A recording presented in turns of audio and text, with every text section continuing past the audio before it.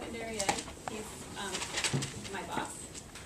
He's also the person for the district that's really working on, with administrators, on how to develop student growth goals that are high quality.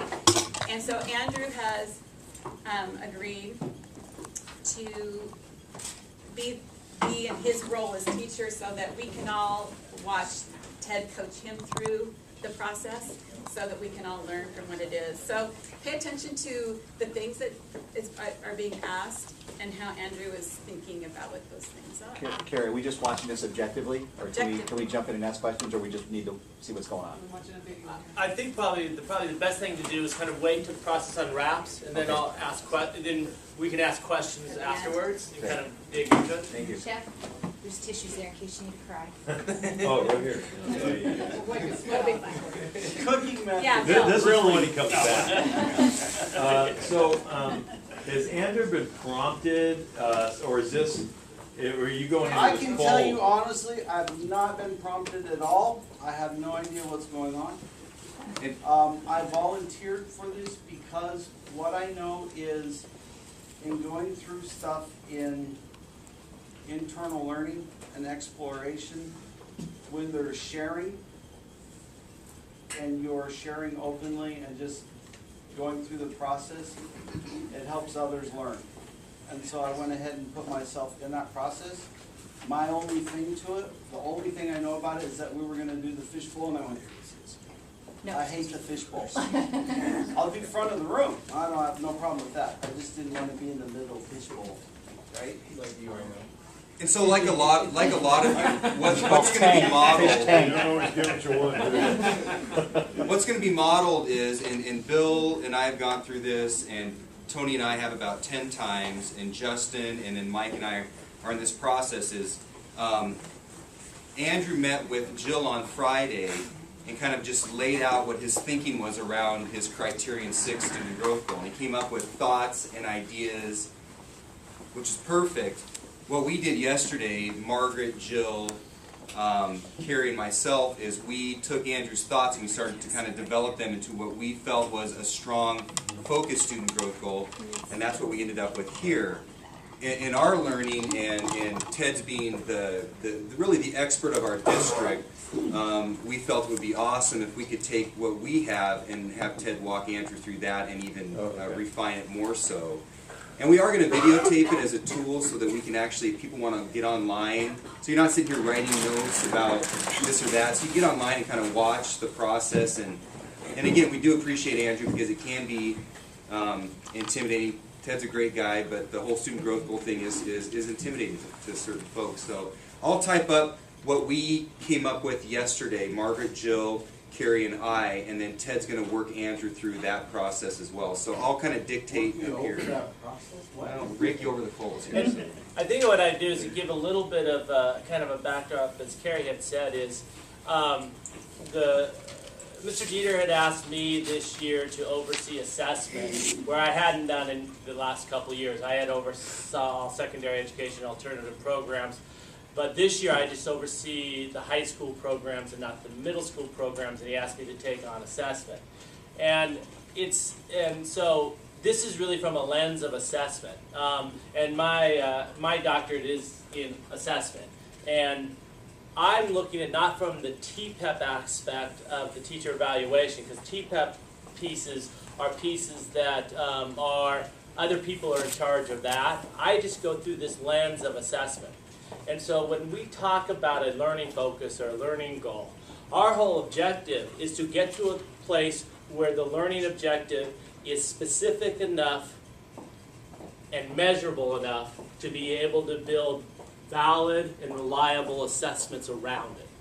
And the reason why we need to do that is because now student growth, or this concept, is going to be tied to teacher effectiveness. Well, we believe, and the state of Washington believes, there's only one kind of assessment that can actually evaluate teacher effectiveness and student learning. And those are assessments that are built within the teaching and learning process. Interim assessments, outside assessments, or state standardized assessments can't evaluate student learning and can't evaluate teacher effectiveness. The people who make them never made them to do it. That's not their function. They can measure what a student knows in relationship to a standard at X period of time. That's what they get to measure. Or they can identify holes in learning. That's also what they can measure. But they can't measure the instruction that's been provided by students.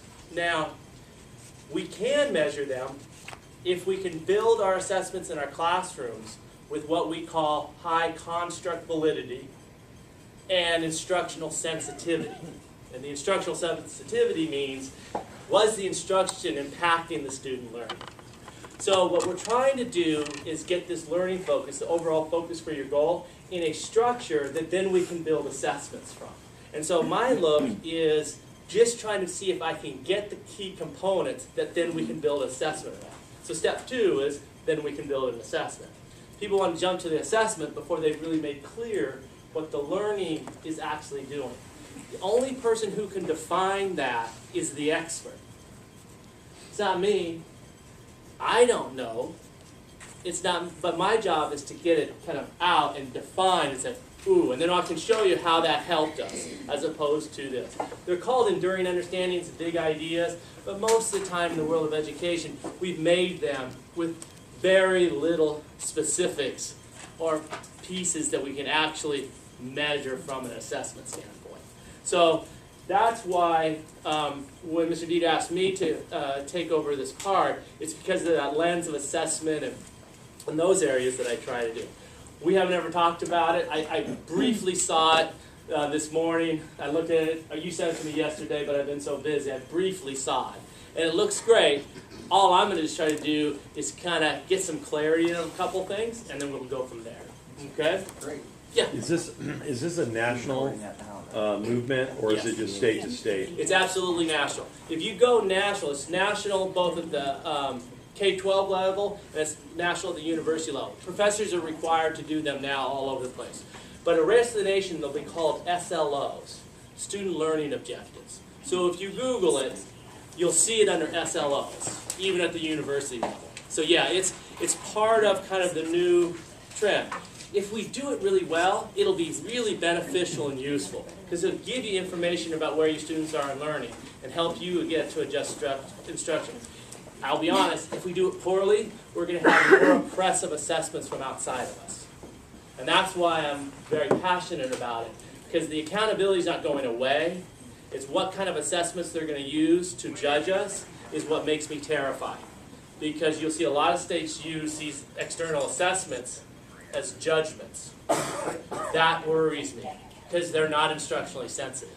And that's my big concern. That's why I think this is important work to do. If we do it right, I think it'll be helpful. Hopefully it will be.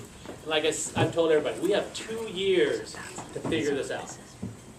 We don't have to, numbers aren't attached or nothing for another couple years. All I've asked everybody is to engage fully in the process and think through it and work through it, and we'll get there. But it does take a little bit of heavy lifting, because I'm going to try to help you unwrap your work. And that's, because you're in the middle of your work. You know it so well, sometimes you don't even know what it is, because you do it so naturally.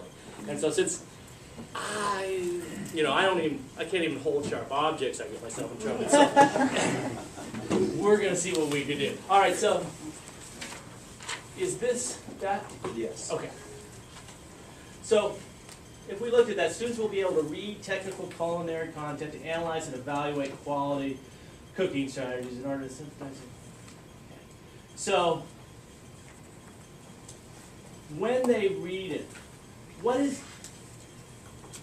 if I were to look at your growth goal, the first thing we want to do is kind of define the cognitive level. And so it looks like your cognitive level that you have here is you want them to be able to analyze and evaluate. Yeah. And what do you want them to analyze and evaluate?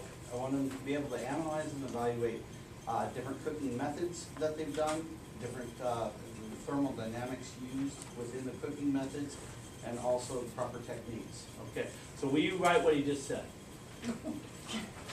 Yeah. Can I see the video? The students will be able to analyze and evaluate. Oh, thank you. Anybody else? the rest of it is, The cooking methods and the thermodynamics used in the process. and how will they demonstrate that they can analyze and evaluate? By doing various projects, but specifically one-page cooking assignments, which in those one-page cooking assignments, a rubric will be developed in partial with the advisory committee that's built with industry chefs and restaurant owners, to say what is the level we're looking for as a student that we would hire coming out of school.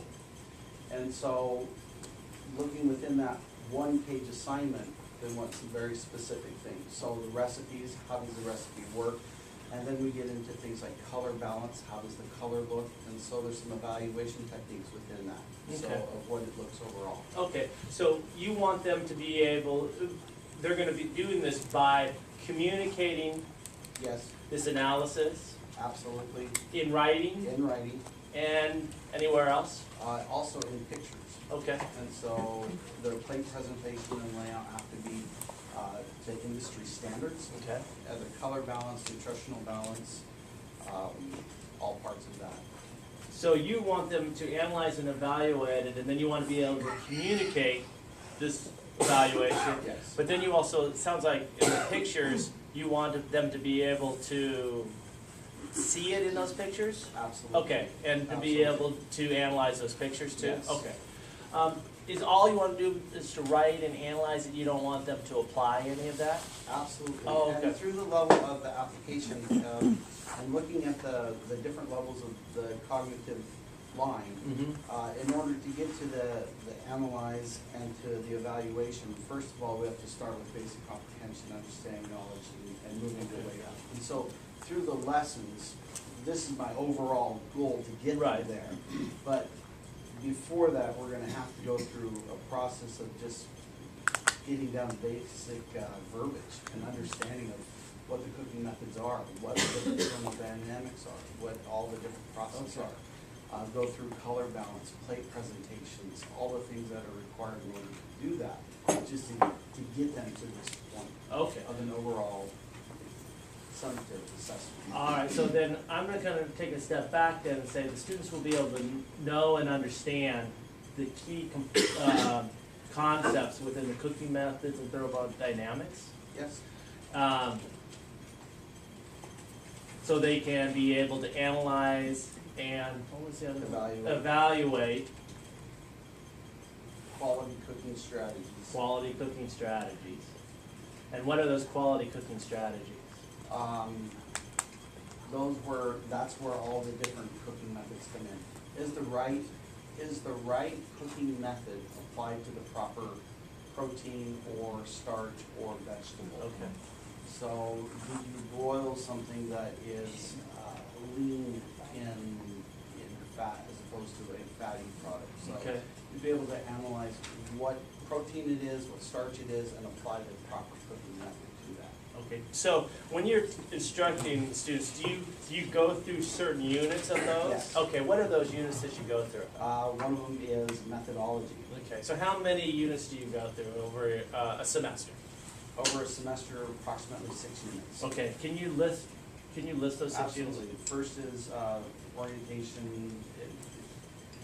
We can skip to orientation because that's all the skill center. Oh, so that's policies. not in your content? Yeah. Okay, yeah, okay, so after if we that, go into the content, we go into safety and sanitation. So sanitation, and then safety, tool equipment, ID identification, tool safety check off. Oh, you wait, okay. I was just waiting for you. I'm doing a spell check here. it's all right. So safety and sanitation, tool equipment check off? Tool equipment check off for safety. Knife handling and knife usage.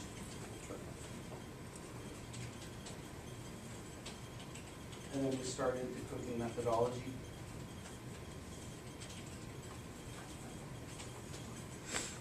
So we've laid the basic foundation of the sanitation, how to use the equipment, how to use everything. Now we start into the process of actually cooking. Mhm. And then also product identification comes ready for that too. So, see if I can So in each unit, these are the units that you're gonna teach, and in each Yes. one of those, you're gonna want them to be able to know and understand these key concepts. And once they know and understand it, then you want them to be able to apply it. Absolutely. And the way you know that they know and understand it and apply it is how? For each unit? Yeah. So for sanitation, for instance, we took a pre-test. Mm-hmm. So just gave them a pre-test sanitation test Mhm. before I introduced any kind of sanitation. Took baseline data on that, on just cognitive knowledge of what do they know about sanitation. Mm-hmm. Took that score, went through and actually taught the sanitation test, Mhm. and then took measurable results from that and went, how much did they learn Okay. through the process? Mhm. And then also put in, we have second year students involved in the process too, and had a first year challenge of if you want to do the first year test, and then in return, you can also do the second year test. And that was more for me as a teacher to get measurable results to see just how far in depth they took Okay. sanitation. So you want them to be able to know and understand that in isolation, meaning you want them clearly that they can know and understand these terms. Yes. And then when you want to know whether they can apply those, what do you do when now the next step for application Now is? they're actually going into the kitchen and applying those skills in a work environment. So what do you, so applying those skills, applying that knowledge and skills in a work environment. Yes.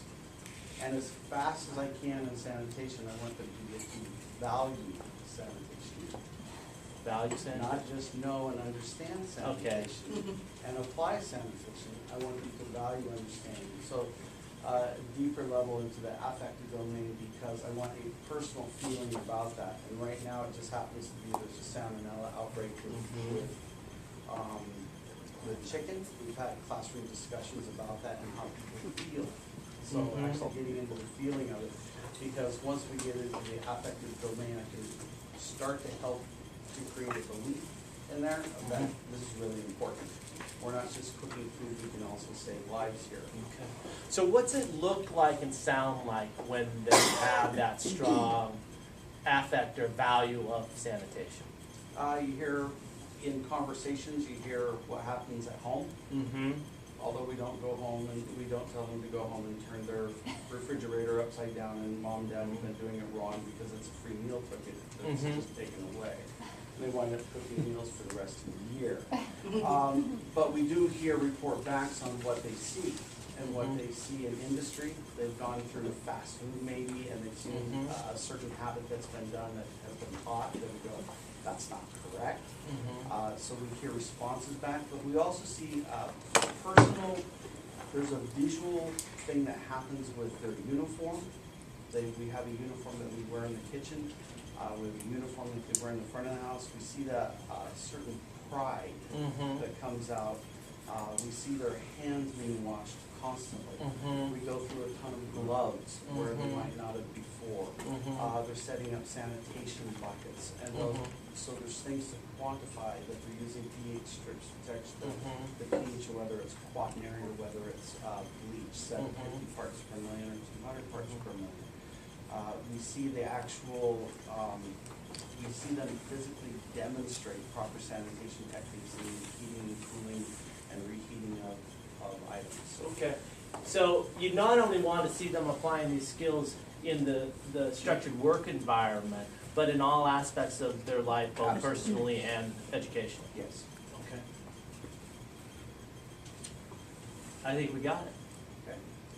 If I were to look at it, what you really are doing is getting them to this knowledge, understanding, and application. But it's not, I think sometimes everybody thinks we have to go to these deeper levels, always to synthesis, always to creation. Not necessarily. This is an introduction into this profession, into this work. But you want to take them to the deepest level of application. And it applies beyond just the small environment in which they're working, but out into completely unique and novel situations. Okay, and then you're going to do that through all 4 of these different units. You're going to want to see if they know, they understand, they can apply in a lab situation and in all parts of their professional and personal life. Correct. Okay.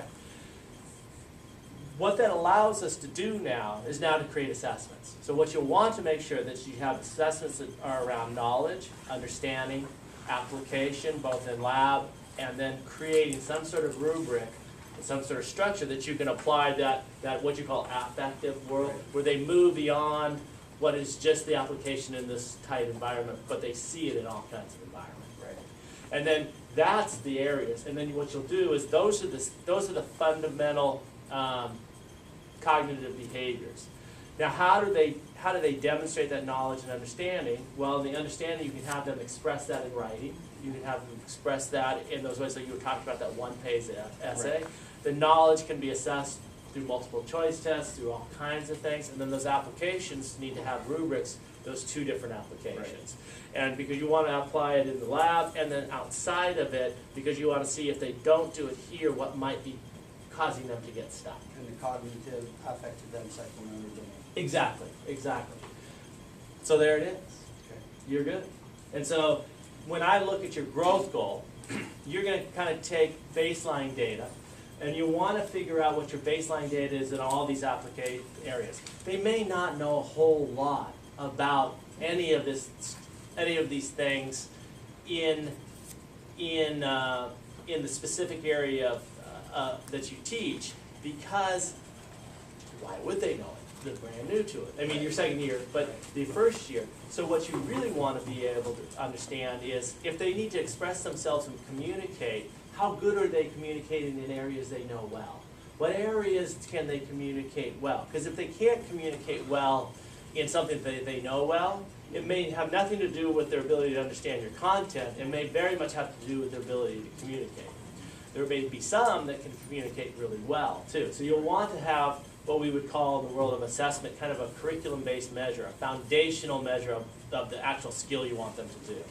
But the second one is this affect. I think it would be important to have some sort of baseline assessment on their affect overall. And I bet you there's some surveys or questions that kind of get their orientation to community service, kind of those types of things that I might find out. Because you might find out your students that you may want to spend extra time with. Sure. And they get stuck. You know, you go, well, why are they stuck? Well, they had some deficit skills in that area prior to that. But yours looks great. I think it's a fabulous goal. Great. That's it. Yeah. Andrew, when you were talking about your original written assessment that you do to get some baseline data, and then you take them through your lessons, and then you reevaluate with, is it the same test or is it a similar test? Same test. Okay. So, and for the sanitation one for me, just to, because I was playing with it. Yeah. It's like Play-Doh, I'm just playing with this assessment. And so I thought, this is a good jumping off point because everyone has actually gone through the food service permit card. Yeah. The food handler's card. So they've already had 20 minutes of instruction on video and had to pass a test to get a card. What I found interesting is the main, or if you just took the means overall, the score was about 3 out of 28. This is After your, they've your already gone baseline through our assessment. state system Yeah. of information. On our test, it's a 3 out of 28. And then after we were done with all the information, the average score is 24 Out of 28. out of 28. Yeah. Do Is this something new because of this? Yes. Or so you never I've did a never done pre-test? the baseline, pre-test, okay. and post. So with this pre-test, this is you're only going to do this for anything you're assessing, not for every unit, correct? For me personally, just to play with and become competent, Yeah. I'm going to do it as much as I can. Okay. Now I am, I'm going to do the required thing for the large assessment, but Mhm. in doing that large one, I want to play with a lot of little ones to get baseline data, Mhm. and then from baseline data go to final data, Mhm. that I can show that I am making a difference. Yeah. And another question I had is, Mr. Feller, you were talking about the when we get the data and we want to have growth. If in the baseline data, if Andrew has an anomaly, and it's not a second year student, it's a first year entry level student, a lot of our students come to us with prior knowledge, and they score high on the baseline assessment, and we're trying to show growth.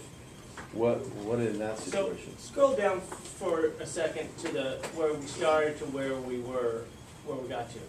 Now, in some ways, people might say, well, I don't really understand the difference between the sentences. I don't really know what the difference is. What I really tried to do is get a real clean definition of the cognitive level that he wants the students to operate on, which is the knowledge, understanding, and application.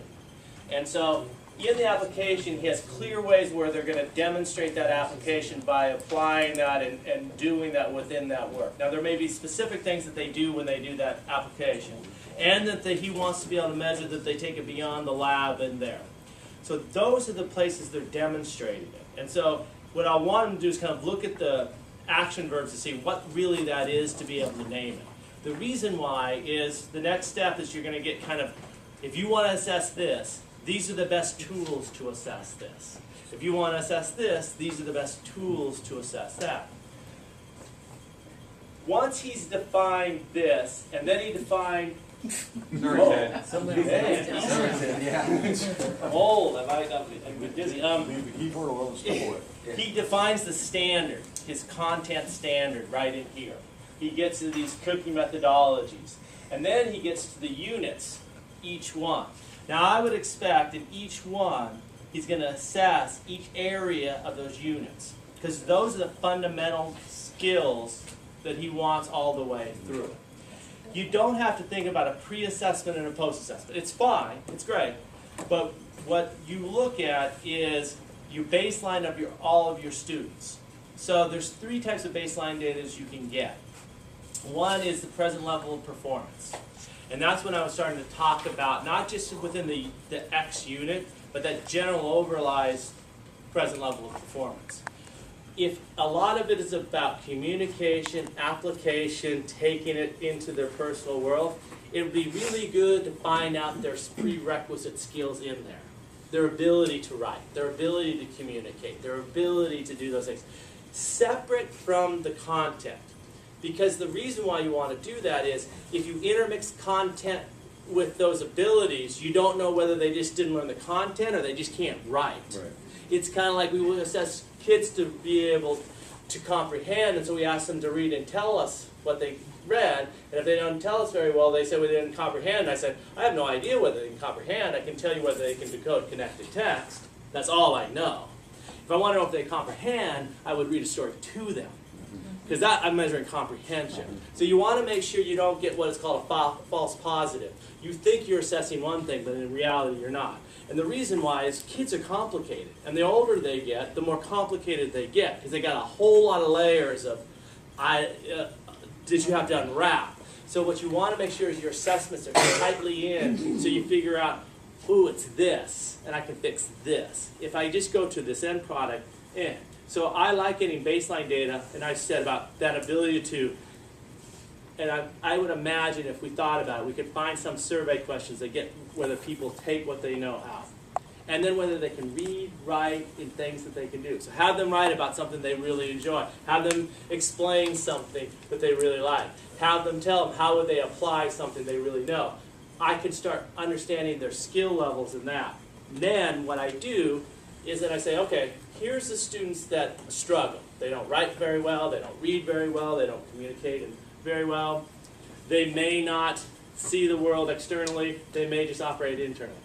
They're a group of the kids, and you could probably intuitively name them. Probably within the first 3 weeks of the year, you can figure out, that's that group. That would be what I would call my criterion 3 group. Yeah. And then you have the students that come with a lot of pre-knowledge, that they've done this. They're here because they have had an interest in it, played around with it, done it as a hobby. So they're your kids that have kind of like, oh, they got some skills. And then you have your kind of, that's who I expect to come in. Student that's a good student, but they may. So it's always, I've seen these as 3 tiers. And the way that I would show growth is all students are going to grow. Because they don't they're taking a class for the first time. It's kind of this idea of growth is kind of funny. I just gotta show progress. Well, they're gonna make progress, but what is the expectation for progress that you want? So I've always recommended your students that have deficits, have that as the non-negotiable. And I've seen growth goals like, of the 6 units, the students, your criterion 3, your level 1 students, they will demonstrate proficiency, however you define proficiency, in 5 out of the 6 units of instruction. I know that if they do that, they probably get to move into year 2 or second semester. So I've set the bar for them at the minimum all students need to do. Now I have these students who already got some skills. Well, that bar's too low. So I might say, for those students, my top end students, they're going to demonstrate a 90% proficiency on all my assessments in all 6 of them. And then my average students, I might say 80% proficiency on 5 out of the 6. So I've set a tiered set of expectations that all have shown growth and all have shown how they have been proficient. I want to set the bottom one because I want all my students to be able to move to year 2, so I probably need to set that goal as that minimum proficiency. What's the non-negotiable? If they walk out of here, I can get them into it. And if I thought about it, if I got, 85 or 90% of those kids there, that's pretty darn good. But I've kind of figured out who they are. And then but I also want to not forget those students that kind of already know it and push it. Here's your expectations. So when I've looked at the growth goals and the construct of how built-in assessments that are ongoing, that's usually how I've seen them built. Does that make sense? Mm-hmm. It's not just I will say, a pre-test from an assessment standpoint, a pre-test and a post-test is probably the hardest test to build. It's just from a... And not recommendable in like knife safety. no. Here's a knife, show me what you know. Yeah. There's some obvious ones out there that probably wouldn't be wise And to so do. you don't necessarily have to have pre-assessments on everything, but you can have what they call a present level of performance by having assessments that are figure out where they have some of the prerequisite skills and then circling these set of kids. You can also use the other part of baseline data as previous history in courses. So you could see whether they passed their English classes if you're looking at communication. If it has some real mathematical and technical abilities, you might want to look to see if they passed the ones who had passed algebra. So you would take that present level, you take some of the academic prior performance, and then the third piece of baseline data you can go is past cohorts. In your course, you know where students get stuck.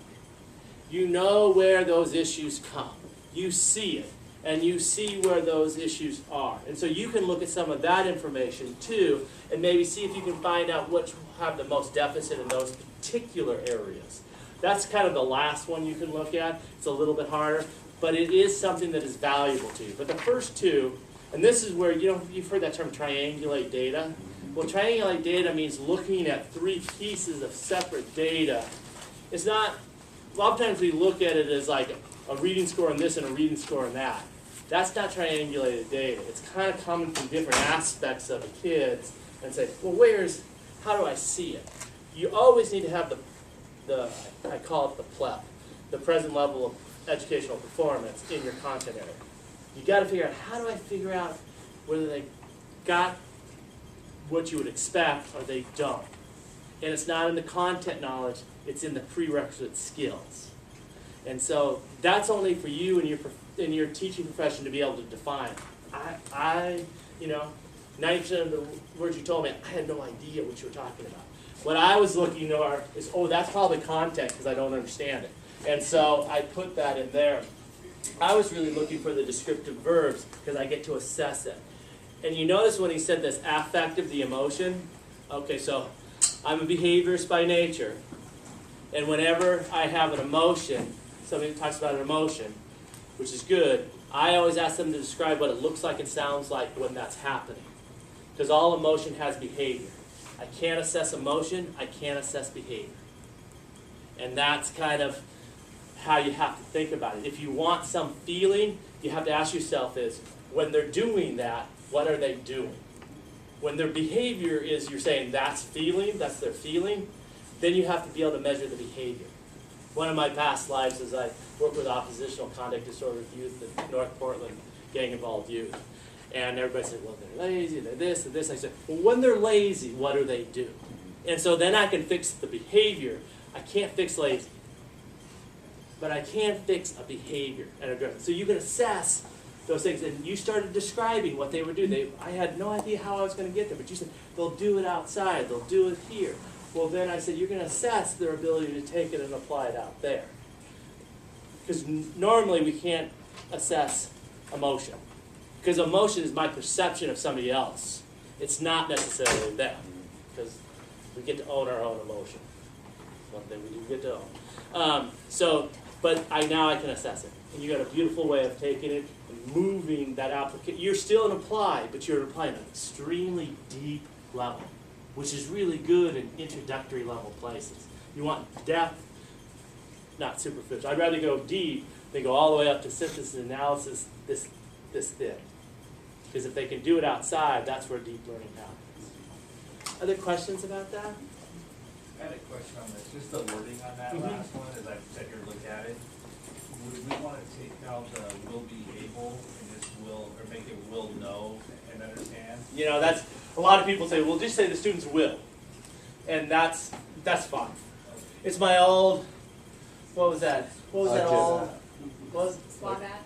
Yeah, teachers will be able to, way back when I started teaching in the 80s. It was an old term. It was, who was that person? The teacher? Madeline Hunter. Yeah, it was an old Madeline Hunter. You'd always start things, students would be able to. And so it was, but yeah, you could take that out. And we want to do a little bit more wordsmithing. But as you start building your assessments, you're going to come back to this and have better descriptions in here. You have some pretty good ideas. The real piece for me is to know, understand, and apply, because those are the cognitive levels. The problem with know and understand is they're ambiguous verbs. You can't see understand. Now you can see when they demonstrate it, but you can't see understand. You can see apply and assess apply. You can't assess understand. You have to ask yourself, when they understand, what do you want them to do to demonstrate that understanding? Demonstrate's not a good word either, because demonstrate is, again, it's ambiguous. Do they write it? Do they express it? You said communicate their understanding in writing and reading. Perfect. Then I can assess that. Because now you're going to break up, is it knowledge? Is it understanding? Is it application? Is it application to the unit? You got to assess all of those each unit.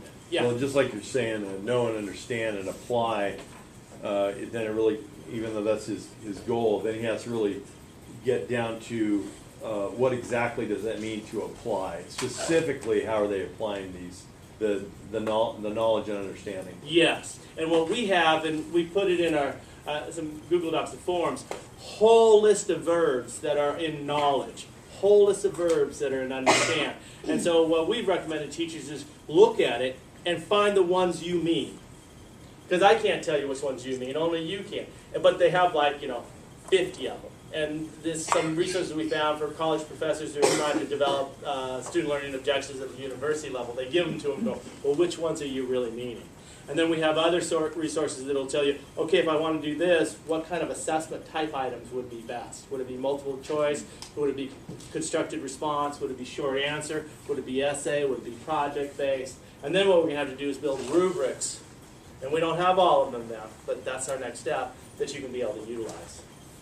Yeah. I think when it comes down to the demonstration or application of something, if we have internships built in our program, that's a good measurement. But we also teach a lot of, maybe they approach that emotional, where we talk about professionalism or integrity or compassion or empathy, which can be a bit subjective, but let me just, the thought was about professionalism and dress. What happens in these assessments when you know there's a barrier and they can't buy anything except for tennis shoes? They still know and understand, but and we do what we can, but that's just a little example.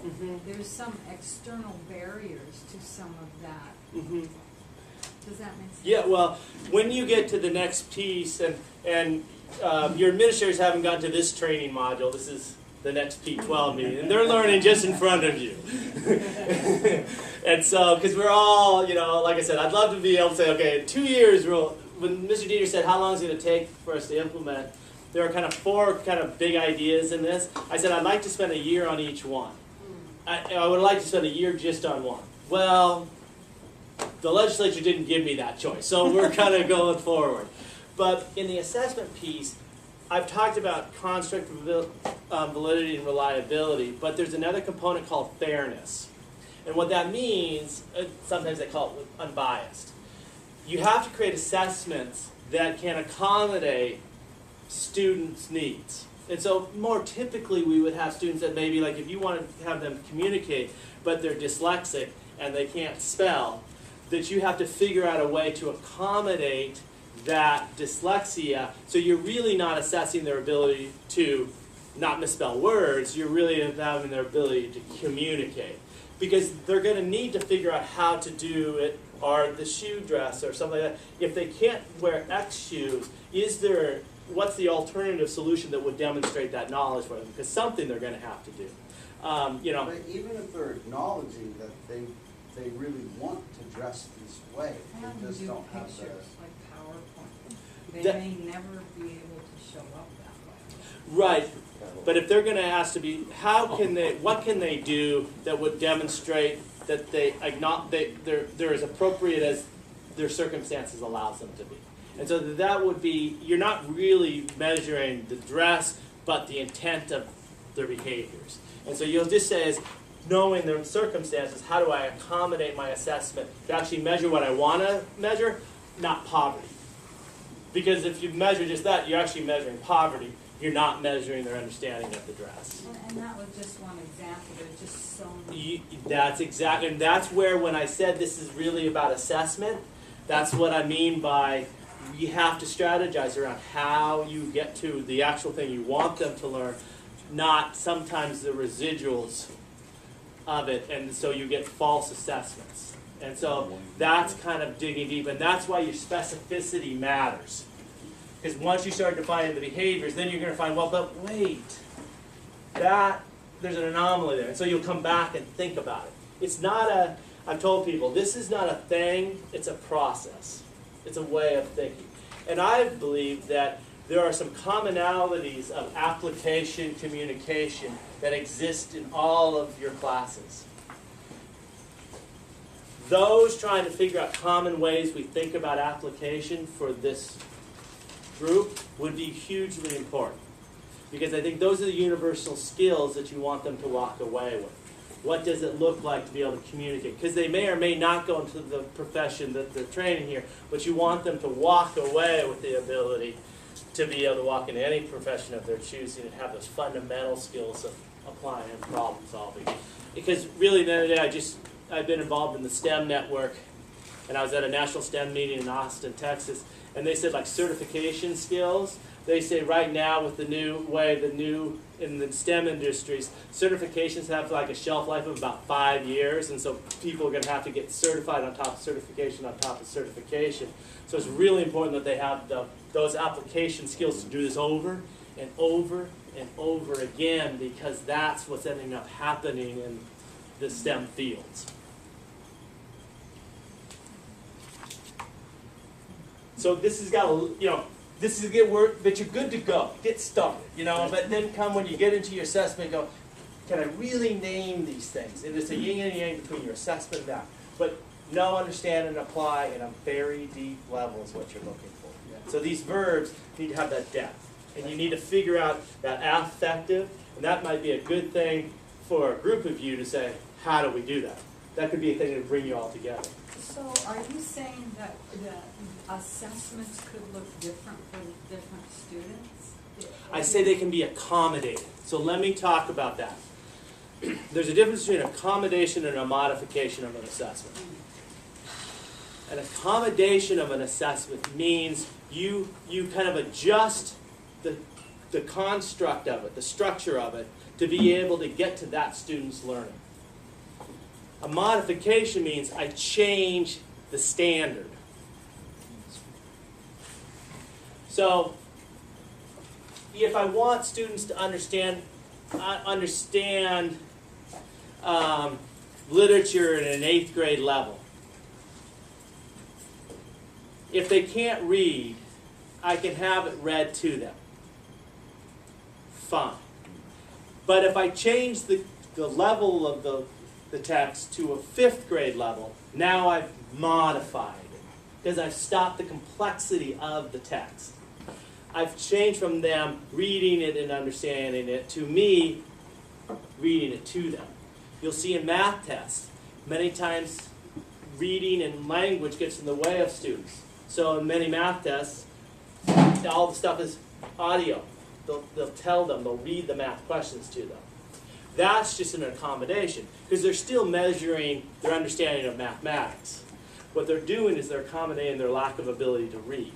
But if I lower or change what they're doing in the mathematics, then that would be a modification. And you don't want to modify something, because you want them to learn what they need to learn. So the idea is you want them to know how to dress, you want them to have that professionalism, you want to have them have that understanding.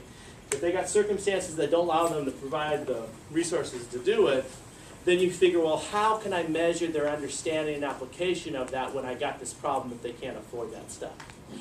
By figuring out that difference would be an accommodation. And every student should have accommodations. And that's completely true, because if you don't provide the accommodations, actually you made your test not valid. Because the accommodations allow you to actually assess all the students around the same content standards. It's different than the modification. My question came with your reference to certification is, I don't know, but without saying it a different way, is test anxiety. Some people just do not perform. Like I have an excellent student that has taken a test 8 times and can't pass it within 2 points twice. And yet, if I were to try to get that information in another setting, it's all there. It's just set them in a quiet room with a paper on the table. It's not happening. It's a complete accommodation. You're not measuring whether they can perform a test in a particular environment. You're measuring the knowledge of it. So for testing like state testing, all kinds of accommodations. I used to have students take 5 questions a day because they had test anxiety, where the other students would do 40 a day. That's an accommodation. I never changed the content of the assessment. I only changed the environment of the assessment. And so you have to think, is did I change what I wanted them to know, or did I just provide an accommodation for them and access to it? If I don't do that, I actually create an invalid test.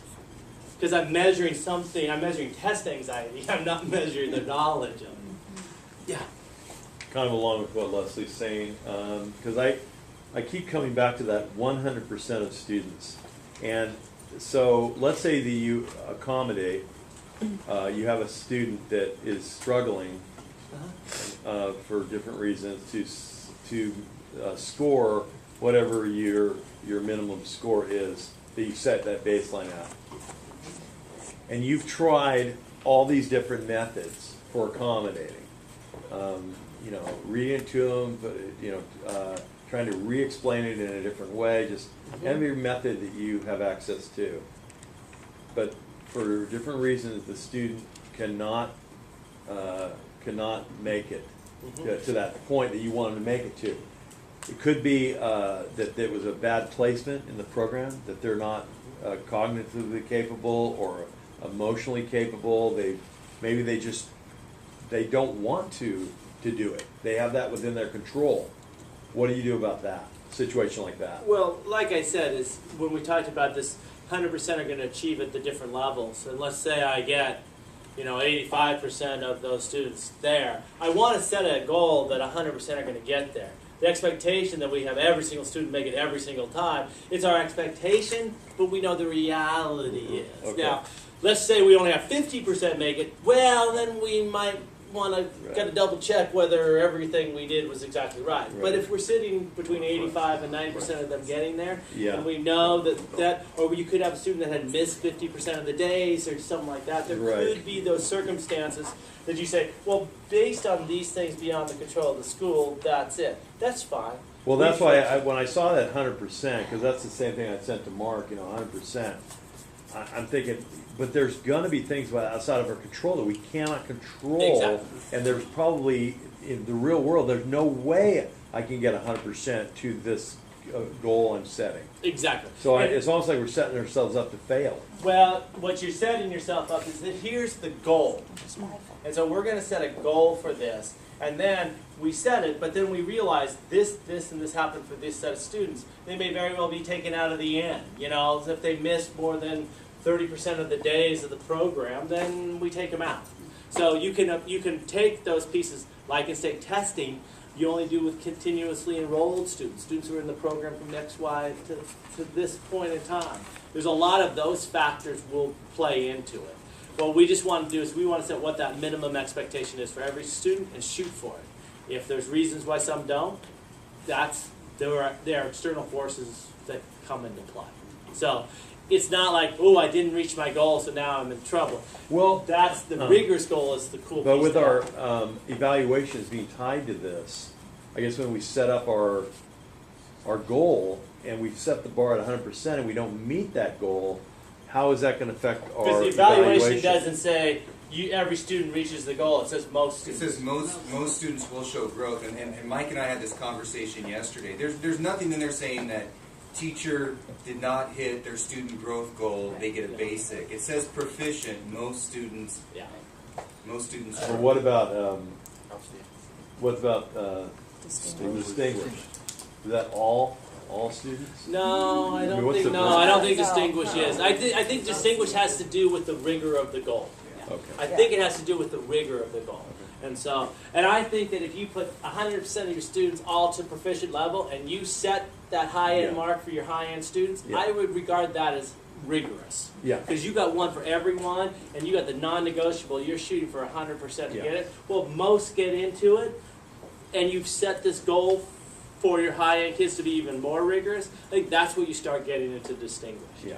So, this issue that we're touching on, what would that look like in terms of me documenting ones that fell outside, like attendance, or we've all had students that are in our programs because their parents made them come, and this isn't what they're interested in. What would that documentation look like so that they would not be, does it make sense? Yeah, there's been a lot of discussion around that, and the state, unfortunately, we are not in one of the states that has been the most progressive in this area of working through this. Honestly, most of my information I get is from states like Rhode Island and Connecticut, because they've been involved in this for 3 years, and they have some guidances around that. But I wouldn't want to speak to their guidances until kind of the state gets into it. Because remember, we have 2 years, and I'm sure we're going to have some sort of conversation. In fact, I just saw some stuff if the student misses more than 15% of the days, or something like that. There's some criteria along with that could put it in. But again, you're really talking about that most. And so you'll still, I'm sure, be in the most in that area. So that is the place that I just think that if you set goals for everybody based on whether they're really rigorous for each one of the students, I think you'll all be in good shape. And I have to Ted's do gotta another get out of training here. at Gila, We- so. Thank Thank you very much. Good job, Andrew. Way to go, Andrew. Great job. Thanks, Ted. Thank you. So,